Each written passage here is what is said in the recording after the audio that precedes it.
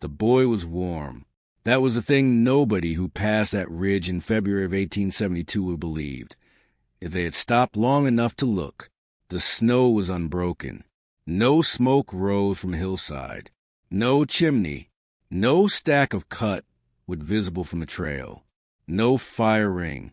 Nothing that a man crossing Montana territory in the coldest stretch of that winter would recognize as shelter.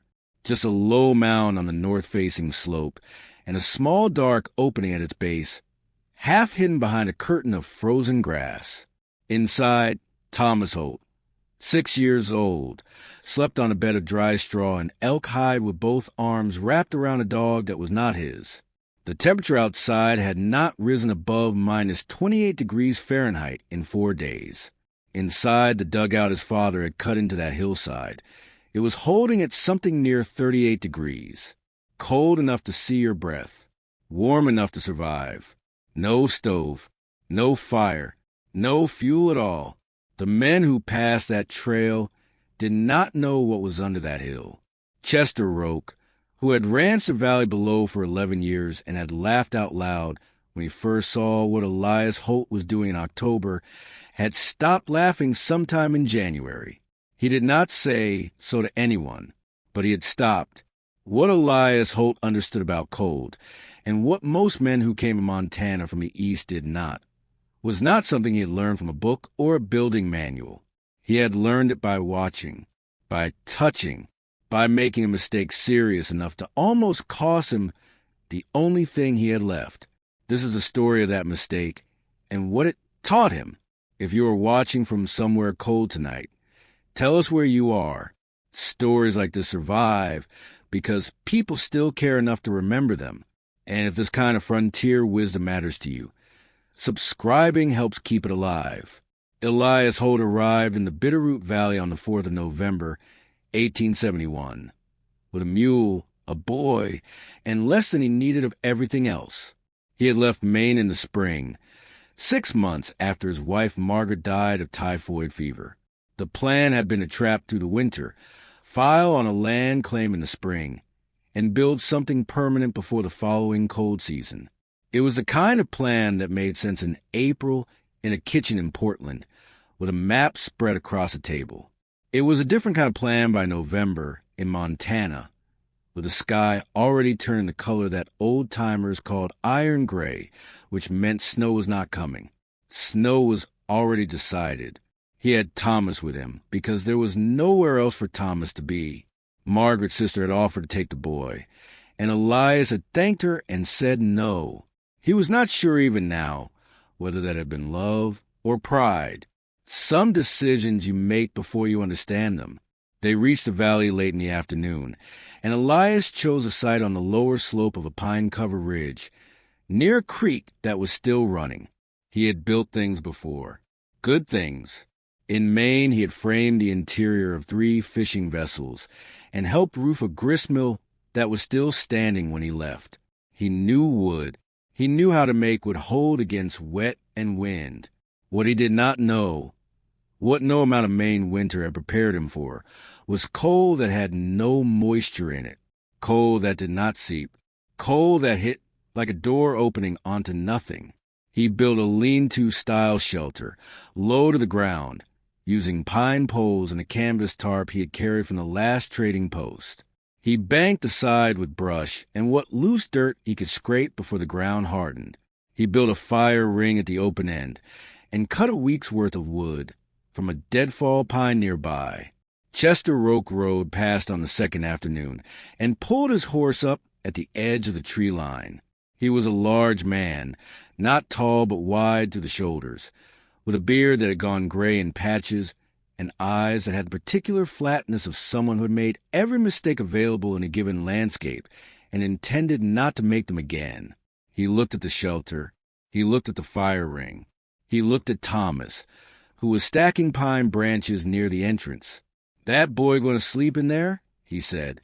"We both are," Elias said. Chester looked at the sky, then back at the shelter. He did not say anything else. He touched his hat brim and rode on. Elias watched him go and went back to work. He had heard skeptics before. He had built things that skeptics said would not hold, and they had held. He trusted his hands more than other men's opinions. That was not wrong, exactly, but it was incomplete. The first 2 weeks were manageable. The temperature dropped at night into the single digits Fahrenheit, and the fire at the lean-to's open end threw enough heat to keep the interior bearable. Thomas slept close to the back wall, wrapped in every blanket and fur they had. Elias slept between the boy and the opening, feeding the fire through the night every 2 to 3 hours. He did not sleep well. He had not slept well since Margaret died. He had stopped expecting to. During the day, he trapped along the creek and cut more wood. The routine held. Then, on the 18th of November, the temperature dropped 30 degrees in 22 hours. Elias had heard the phrase before, from a trapper at Fort Benton, who described it matter-of-factly, the way men describe things that have already damaged them. He had not understood it as a physical fact until he walked out of the lean-to that morning, and the air entered his lungs like something that had been sharpened. Minus 26 degrees Fahrenheit by his rough reading of the thermometer, he kept hung inside the shelter. The fire, which had been adequate at 5 degrees, was not adequate at minus 26. The lean-to's open design, which allowed good ventilation and easy fire tending, now allowed the cold to enter from every direction the fire did not directly face. The canvas on the windward side had stiffened overnight into something close to sheet metal. When Elias pushed against it from inside, it did not flex. It cracked along one fold. Thomas was awake, sitting with his knees pulled to his chest, watching his father. "Is it broken?" the boy asked. He meant the canvas. But Elias understood him to mean something larger. "Not yet," Elias said. He rebuilt the fire larger. He moved Thomas closer to it. He spent the day cutting more wood than he needed, burning through the motion of it, because motion was warmer than stillness, and he needed to think. By nightfall, Thomas had a cough. Not deep, not alarming, not yet, but a cough in a 6-year-old in a shelter that could no longer guarantee warmth was a sentence that Elias understood the end of better than he wanted to. He fed the fire all night and did not sleep at all. In the morning, the cough was the same. The temperature had not risen. Elias stood outside the lean-to in the gray early light and looked at what he had built and understood for the first time that he had built the wrong thing. He spent that morning thinking about what he knew and what he did not. He knew the fire was not enough. The lean-to's open-face design, which was serviceable for shoulder season camping, was not survivable at sustained minus 20-something Fahrenheit without a stove, and he did not have a stove. The nearest trading post was 2 days' ride, possibly 3 in these conditions. He could not leave Thomas. He could not take Thomas on a 3-day ride in this cold. He did not have the money for a cast iron stove, even if he could reach one. He knew he needed to enclose them more completely. What he did not know was how to do it with what was available. He was still turning this over in the early afternoon when he saw the riders, a family, moving to the valley below at a slow and deliberate pace, the kind of pace that suggests a long journey already behind them. 3 adults, 2 children, a pack horse loaded with hides and roll materials. Crow, by their dress and the way they moved through the landscape, which was different from the way white settlers moved through it, with attention, not in spite of it. Elias watched from the tree line. They stopped on the slope 200 yards north of his own site, at a place where the hillside had a particular angle steeper than the surrounding terrain, catching the low winter sun. Elias had passed that spot and dismissed it. Too steep for a tent, not enough flat ground. He watched them work for the remainder of the afternoon. He could not see the detail from where he stood, but he could see the direction of the work. They were not building up. They were building in. By the following morning they were established, and there was no external fire visible from where Elias stood. He waited until late afternoon, when they appeared to be settled, and walked over. He brought 2 dry beaver pelts, which was what he had that was worth offering. He did not speak Crow, and none of them appeared to speak English. And so what passed between them was limited to gestures and the shared language of two groups of people who were cold and tired and not interested in conflict. But before he left, one of the older men turned back toward the hillside and placed his hand flat against the ground at the edge of their excavation. He held it there for a moment, then looked at Elias. Elias crouched and pressed his own hand to the earth. 2 feet below the surface, on the north-facing slope in Montana in late November, the ground was holding at something near 34 degrees Fahrenheit, 13 degrees above the temperature of the air. He stood up slowly. The older man nodded once, then turned back toward the entrance of the shelter. Elias walked back to his lean-to. Thomas was inside, coughing less than yesterday, wrapped in every hide they owned. Elias sat down next to him and looked at the stiffened canvas wall, and thought about what it meant that the earth itself was warmer than the air, about what happened to heat when there was 12 inches of soil above it, about what a man could do with that, if he understood it. He picked up his shovel before the light failed. He chose the site carefully, more carefully than he had chosen anything since leaving Maine. Not flat ground, a slope, specifically the south-facing cut of a north-facing hillside, a bank where the surface dropped sharply, where he could excavate horizontally into the earth rather than digging straight down, which would give him a ceiling of undisturbed soil and walls on 3 sides from the moment he began. The angle mattered. Chester Roke Road passed again on the second day and stopped without being invited. "You're burying yourself alive, Holt," he said. Not mean. Conversational. The way a man states a fact he considers obvious. "Staying alive is the intention," Elias said. "That boy need to be nearer a fire," Chester said. "That boy needs to be nearer warmth," Elias said. "Fire is one way to get it." Chester looked at the excavation. It was 4 feet deep at this point, 6 feet wide, going back 8 feet into the hillside at a slight upward angle, a detail Elias had reasoned out the previous night.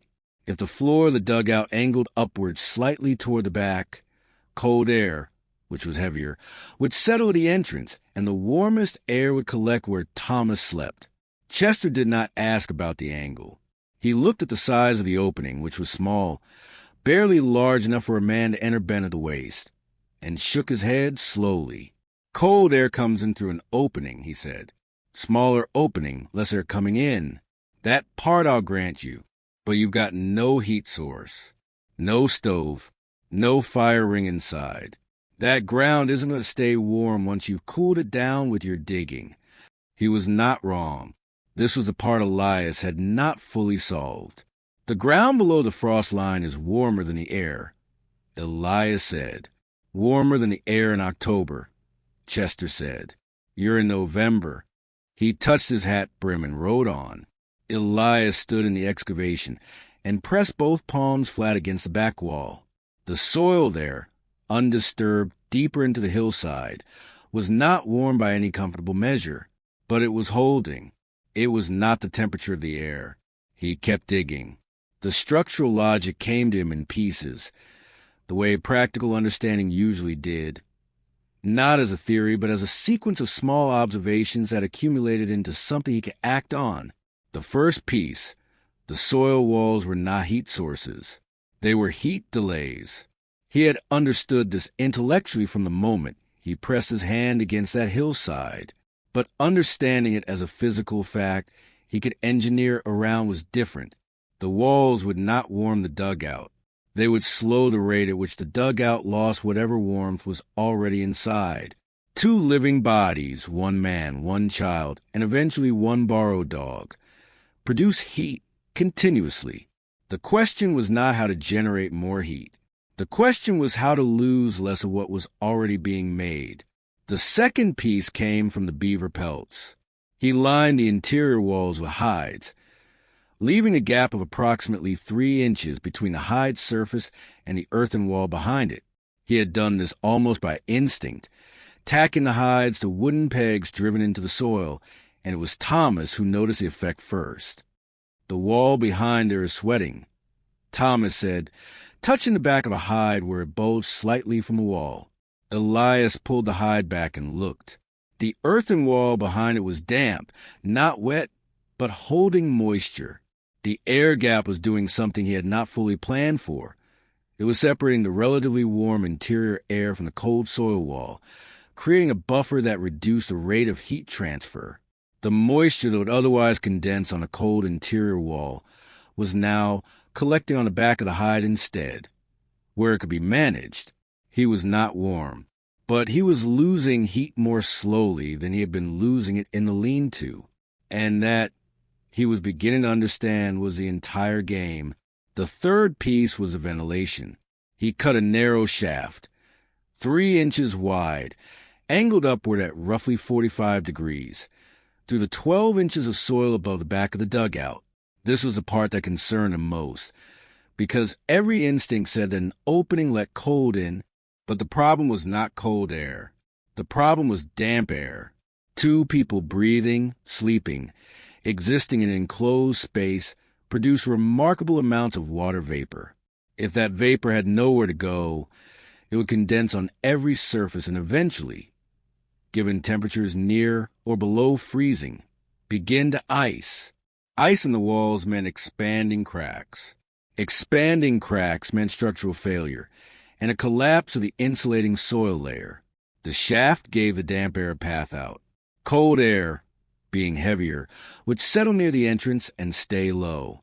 Warm, moisture-laden air would rise toward the back of the shelter and exit through the shaft. Not a perfect system, but a directional one.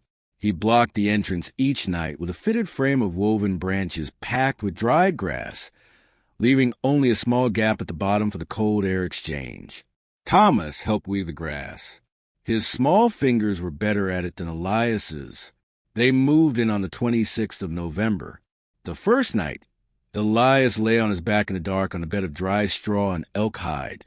Thomas pressed against his left side, the borrowed dog against his right, and listened to the wind working across the hillside above them. He could hear it. He could not feel it. The temperature inside the dugout on the first morning was 36 degrees Fahrenheit. It was the warmest Elias had been in 3 weeks. Thomas ate breakfast without his hands shaking. The cough was gone. These facts were so straightforward and so welcome that it took Elias until mid-morning to notice the problem. The earthen walls were wet, not damp, wet. The moisture that 2 people and a dog produced overnight had exceeded what the ventilation shaft could remove, and it had condensed on every surface. The packed earth of the walls, the back of the hides, the ceiling. In a dugout at 36 degrees, wet walls were a manageable inconvenience. In a dugout at -5, wet walls would freeze solid. Frozen walls would expand. The ceiling, 12 inches of soil held in place by nothing but its own compaction and the friction of the roots running through it, would not survive an expansion-contraction cycle repeated over a Montana winter. Chester Roke arrived that afternoon with no stated purpose, which Elias had come to understand was Chester's way of checking on a situation he had publicly predicted would fail. He stood at the entrance of the dugout, too large to enter comfortably, and looked at the wet walls without comment. "Say it," Elias said.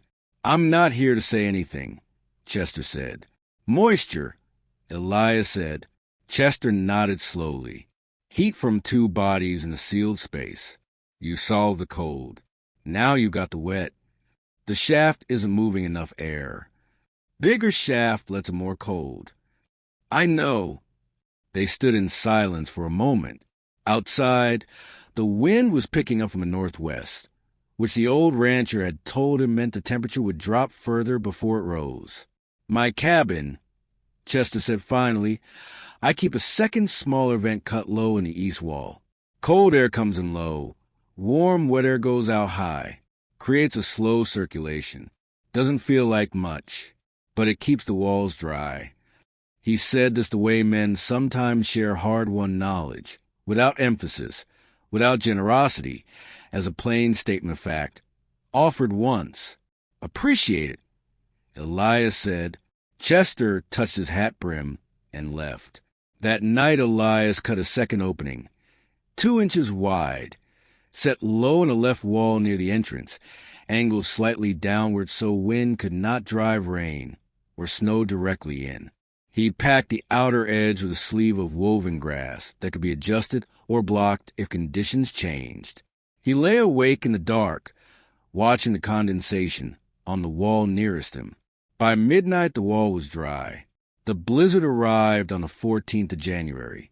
Elias had seen it building for 2 days.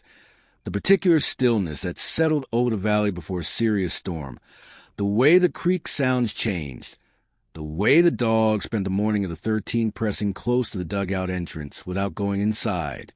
He cut and stacked an additional supply of food inside, secured the entrance frame, checked the ventilation shaft for obstructions, and repacked the gap between the hide walls and the earthen walls behind them with a fresh layer of dried moss he had gathered in October. Then he and Thomas went inside, pulled the entrance frame into place, and waited. By the second day, the thermometer read minus 31 degrees Fahrenheit outside. The interior of the dugout held at 34 degrees. This was not comfort. It was not warmth in any sense a person who had never been in a Montana blizzard would recognize.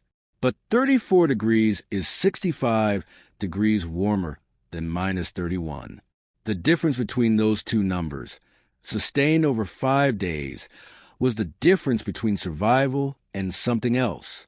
Thomas spent the storm sleeping, reading from the one book they had carried from Maine, a collection of sea stories that Margaret had given Elias the winter before she died, and feeding small pieces of dried meat to the dog, which had now become, by unanimous and unspoken agreement, their dog. On the 3rd day, Thomas said, "Papa, how does the ground stay warm?"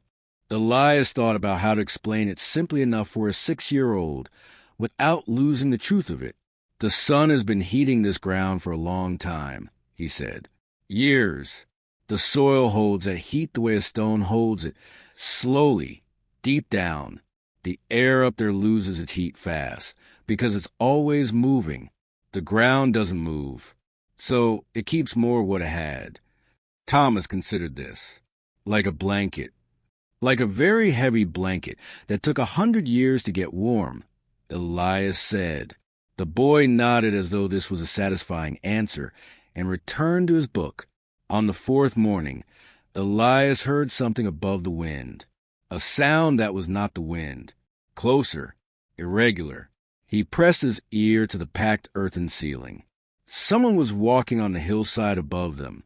Elias opened the entrance frame slowly and looked out into a world of white noise. The snow was coming horizontally from the northwest, and the cold that entered through the opening in the seconds before he could pull the frame back into place dropped the interior temperature visibly. He watched his breath bloom large and fast. He had not intended to open the entrance at all during the storm, but the sound had been deliberate, patterned. Someone walking in a grid, the way a man walks when he is looking for something buried. He called out. The walking stopped. "Ho!" Chester's voice, hoarse and closer than expected. "That you?" "Here." Elias called. A pause. Then, at the entrance, Chester Roke's boots, then knees, then the rest of him, folding awkwardly into the low space, hatless, his beard carrying a 1/4 inch of ice in the outer layer.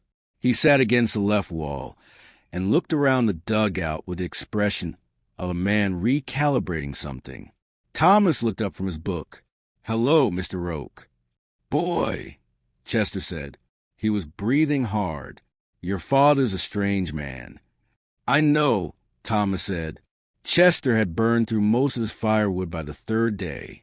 His cabin, which was better built than most in the valley, had a proper stove and a proper chimney, and a woodpile he had been certain was sufficient. It had not been sufficient for 5 days that sustained minus 30, with wind driving the cold through every gap the sod chinking had shrunk away from. He did not say any of this directly. He said, "I've got a half cord left. It'll see me through if I'm not burning it all night. Stay here tonight." Elias said. Chester looked at the walls, at the ceiling, at the small dark ventilation shaft. At the temperature that was beyond any explanation, he was ready to offer out loud, survivable. "Not much room," he said.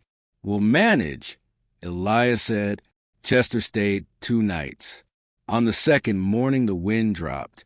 The 3 of them sat in a low space and ate the last of the dried venison, and listened to the valley find its silence again.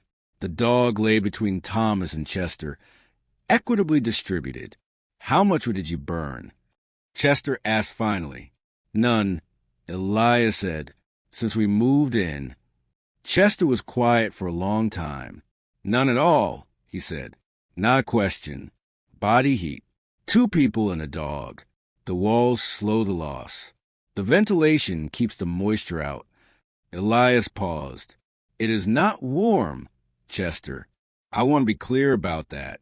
It is survivable. Those are not the same thing." Chester looked at his hands. They were the hands of a man who had spent 11 winters in this valley and knew the difference between adequate and insufficient in a way that was built into the body rather than reasoned out. "No," he said, "they're not." The winter broke in late February, early by Montana standards. Elias and Thomas emerged from the dugout on the first morning that the temperature rose above freezing and stood on the hillside in weak sunlight while the dog ran large circles in the snow. The valley below looked like something that had been held underwater and was now slowly rising. Chester Roke had gone back to his cabin after the storm, and over the following weeks had begun, without announcing it, to dig. His excavation was not elegant. He had the advantage of experience in the landscape and the disadvantage of a skeptic's resistance to the thing he was now doing anyway. He asked Elias 2 questions directly, both times in the morning when he happened to be passing on the trail. The questions were practical. The angle of the ventilation shaft, the thickness of the hide gap. Elias answered both times without elaboration. By March, 2 other families in the valley had heard something, a neighbor's account, a passing comment, the specific vocabulary of survival that moves through small communities in winter like a current moving under ice. Neither of them came to Elias directly. One of them had a husband who had laughed at the excavation in October. They called it the hill trick. The name had the quality of something that belonged to the landscape rather than to any particular person, which was probably the right way for it to travel. Elias never corrected anyone about the name. He had not invented the principle. He had watched an older man press a hand to frozen ground and understand something that the ground had been holding for a long time, waiting for someone to notice. Thomas grew up to be a careful observer of things. His mother had been that, too. Elias was glad the trait had somewhere to go. The dugout stood in the hillside for 3 more winters. By the time Elias filed his land claim and began building a permanent structure in the spring of 1874, the entrance had partially collapsed and the ventilation shaft had narrowed to the width of a wrist. He did not fill it in or tear it down. He left it the way it was, a low, dark opening in the slope that travelers sometimes mistook for an animal burrow. In a sense, it had been exactly that. The shelter had never been about outsmarting the cold. It had been about understanding what the cold could not reach and building inside that boundary. Thomas, asked about it years later, said only that the hardest part had not been the digging. The hardest part had been trusting that something that looked like hiding was actually surviving. This story is presented for educational and historical storytelling purposes. It is not engineering, construction, or safety advice.